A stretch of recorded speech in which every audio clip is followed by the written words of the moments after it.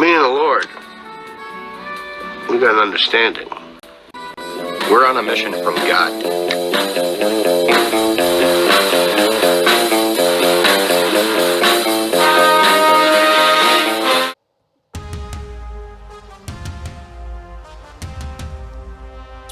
Wow.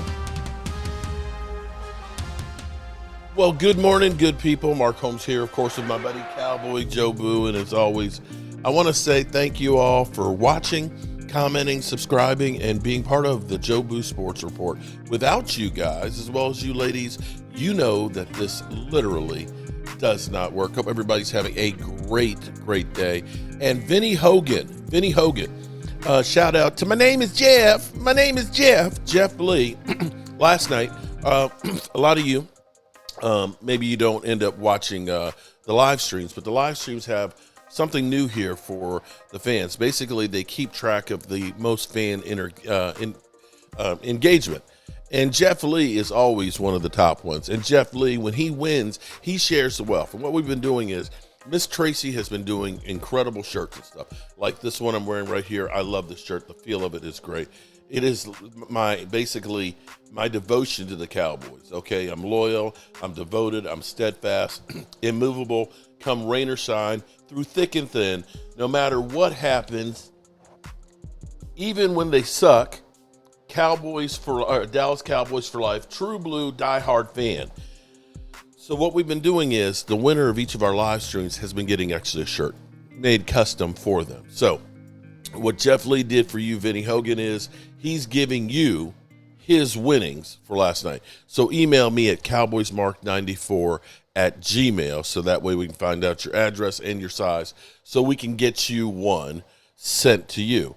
Right now, I realize something, because I've been going crazy because there ain't nothing going on but the rent. It has been quiet in Cowboy land where everybody is scrambling to try and find something. Now, we're still living on Cam Newton basically saying that this is Dak Prescott's last chance, and Dak Prescott saying, I want to win a Super Bowl. Both of those things are really about the only things we've had to talk about over the last couple of weeks. And even with Micah Parsons doing the whole thing at Fanatics where Kevin Durant basically said he's going to become a Commander, really didn't even make any noise. It didn't really even go viral or anything. I haven't even seen the Talking Heads doing anything about it yesterday. And it's kind of crazy. And I realized something, that maybe this is not a bad thing, because this is the hold your breath time of year where when shit goes bad, it's bad because this is before you start training camp. Last year, it was really ugly, and the reason why it was really ugly was because CeeDee Lamb was holding out because he didn't show up for OTAs, and so that was a daily take on it. Everything was, well, could the Cowboys move on from CeeDee Lamb? Could he be traded? Or are they going to make him play on the fifth-year option? Will he hold out for the season? Well, Micah Parsons has kind of nipped that in the bud because he showed up for OTAs. He said he's already got his place, for his family to be there in Oxnard. So he's going to show up. Now, he may hold in, but he knows that eventually he's going to get his contract. So that whole narrative is gone. Of course, we don't have the Mike McCarthy is on the hot seat because Mike McCarthy's ass ain't here. So we don't have the Mike McCarthy watch, right? So they've kind of taken that away, which is actually a good thing. At least for 1 year, we don't have to worry about being, Brian Schottenheimer is going to be on the hot seat. We don't have to talk about that situation right now, which is great. You don't want to have to be talking about that. And then, of course, you've got the Cowboys ended up getting another weapon in George Pickens. So you don't have the whole thing of, Dak Prescott needs more weapons. He needs those guys. Well, he got that guy. So you don't have that. So maybe it's actually a good thing that all of these things that we normally have to talk about, we don't have to talk about. Now, the funniest thing, though, is listening to, with Cam Newton, his whole thing that this is Dak Prescott's last chance, that if it doesn't end up working out, that Arch Manning is what the Cowboys are going to do, and I don't know how the Cowboys are going to do it. Although we did have Colin Cowherd, we did a stroll down memory lane that during the middle of the season that literally Colin Cowherd said that the Cowboys need to trade Micah Parsons and 3 number ones to go get Sador Sanders. Yeah, I'm old enough to remember that one. Yeah, okay. And you could have got him for a ham sandwich. But be that as it may, be all that as it may. How in the world do we say this is Dak Prescott's last chance? If, as you're starting to hear, even though we got George Pickens, people don't think that we're a top 10 wide receiving core. There's some people out there that actually said that. People have said we have the worst running back room. Okay. Another guy said we have the worst coaching staff. Okay. A lot of people don't believe in our secondary or our defensive line. I can't imagine anybody saying that we got the number 1 defensive line. So we have all of these things that are saying that the Cowboys suck, that the Commanders and Eagles are the cream of the division, and that the Cowboys might not be as good as the Giants. So if all of these things, if you're saying that the Cowboys are down there with the Giants, they're not a premier team in the NFC.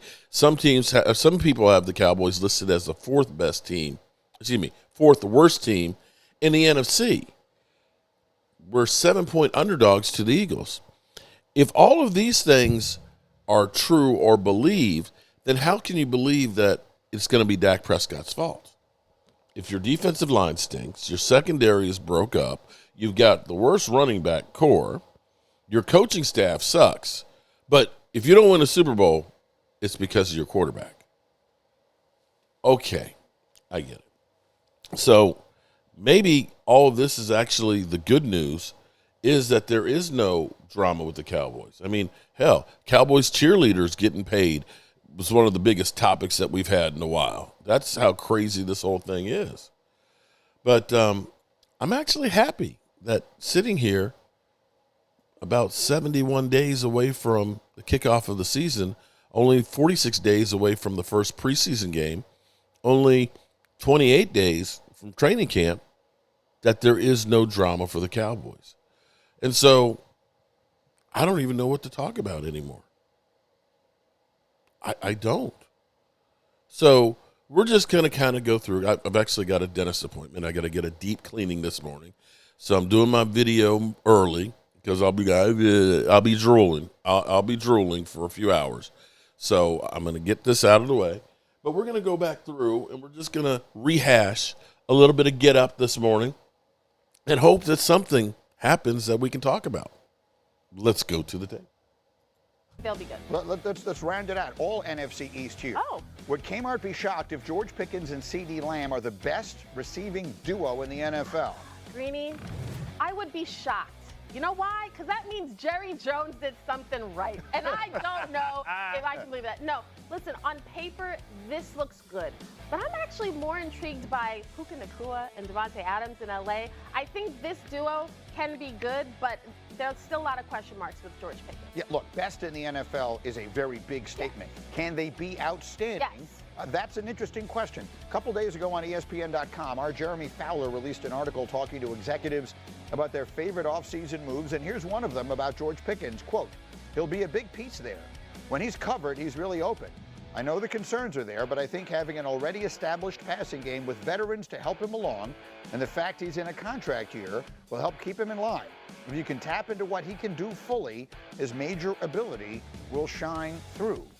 When I have wide receiver questions, I turn to Harry Douglas, and Harry's got tape this morning. What do we see from George Pickens in a Cowboys uniform, Harry? Greeny, he is a big play waiting to happen, and as this tape starts, George Pickens is going to go against cornerback A.J. Terrell for the Atlanta Falcons. He has a go route. He does not force an outside release. He releases inside, no wasted motion off of the line of scrimmage. Does a great job getting inside, but he understands that I have to get back to that imaginary red line so the quarterback can have a window to throw this football. He adjusts to the football in the air and plucks it out of the air with his hands, but Greeny, he is not satisfied with just making the catch. He gets up, and now you have those yards after the catch. Here you're going to have another go route versus an all-pro corner, Trent McDuffie, for the Kansas City Chiefs. Does a great great job speed releasing outside in the National Football League. If you're even, that means you're open. But watch the body control and also the ability to catch the football with his hands. That boy is good. Explosive play. That's exactly what the Dallas Cowboys need from their 1B wide receiver in George Pickens. And Dak Prescott has to be ecstatic right now at this moment. Look, I mean, the physical talent is overwhelming. That's never been a question. I remember studying Pickens for the draft. He was a complicated evaluation for a variety of reasons, the biggest one being that he was injured in college and missed most of his final years. So you were going off of earlier tape and projections, and that's one of the reasons, or I assumed that was the reason that he fell. Now we see a lot of things that have come up, and Mike Tomlin couldn't push the right button. And that is the thing that makes me a little nervous about how to evaluate what George Pickens can be in Dallas. I think Harry did a great job outlining the skill set, but talking year after year to DBs in the AFC North about facing George Pickens, they would say, you get physical with him early in the game, you get in his head, and then you can see, not that he's rattled, but you can just see that you're in his head, and it kind of takes the focus away. Questions about maturity. I love this new fresh start for him in Dallas, but again, George Pickens has to understand that talent is not the only thing that you need in the NFL, and CD is the number one guy there as well. Harry, go ahead. Yeah, that normally happens for a wide receiver when you don't have a quarterback of the caliber of Dak Prescott. Now, George Pickens has a quarterback that can get him the football at any given time throughout a football game. So it may limit a lot of that frustration that George Pickens had while he was in Pittsburgh. That's a really good point. And I think it underscores another point that I am going to spend a lot of this summer making. There are certain players that we spend most of our time talking about what they aren't. And Dak Prescott is that. Because he's been the center of so much conversation and attention, because he has the star on his helmet, and his contract situation has been fascinating, not just once, but twice. We've gone through two completely separate contract, things with Dak.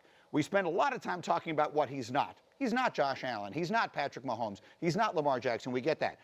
We undersell what he is. Oh, 1,000. Dak Prescott is an excellent quarterback who, when healthy, his team always wins. They win at a very high rate. He has not elevated in the playoffs. That's all fair. But the reality is he's a better player, I think, than he is generally perceived to be, which brings me over here to my friend, Mr. Fortenbaugh, who was able to turn a conversation about Love Island into a wagering conversation. What are we looking at? That's what you brought me down here for. Cowboys. Cowboys win total this year, 7.5. Relatively low number for Dallas. Now, the knock on Dallas is always what? They can't win in the playoffs. I'm sorry. Win total has nothing to do with that. We don't care about the playoffs. We just want them to win 8 games, something they almost did last year with Prescott missing 9 games. If we get 13, 14 games with a schedule that is relatively difficult, how many games can we win here? O-line's improved, wide receiver units improved, running back units improved. Defense is still questionable, but I think you can go ahead and bet a lot of overs in these games they're going to be playing, because we're going to see some shootouts. Cowboys over 7.5 wins is something I can get behind. I'm stunned by the number. That always makes me nervous. How should a person who is new to gambling view a number that feels like they're begging you to take the over? So what's the why behind it, right? Look at the division. 2 with Philadelphia, a lot of people, loss. And as an Eagle fan, I can agree, loss for Dallas. But then everyone's going to look at Washington and say, well, they're coming up, loss. I think Washington regresses a little bit. I think the Giants are going to be terrible, and the rest of the way out, you need your way to 8 wins out of 17 games. We're not talking about winning 11. We're talking about winning 8. They can do it with Prescott. Giants took 2 strays in this conversation from Fort. Wow.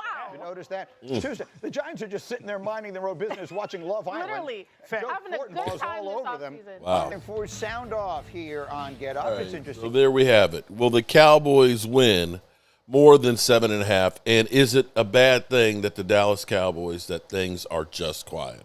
I'm going to say it's not. I'm going to say it's actually good news. All right, good people, I got to go ahead to see the dentist.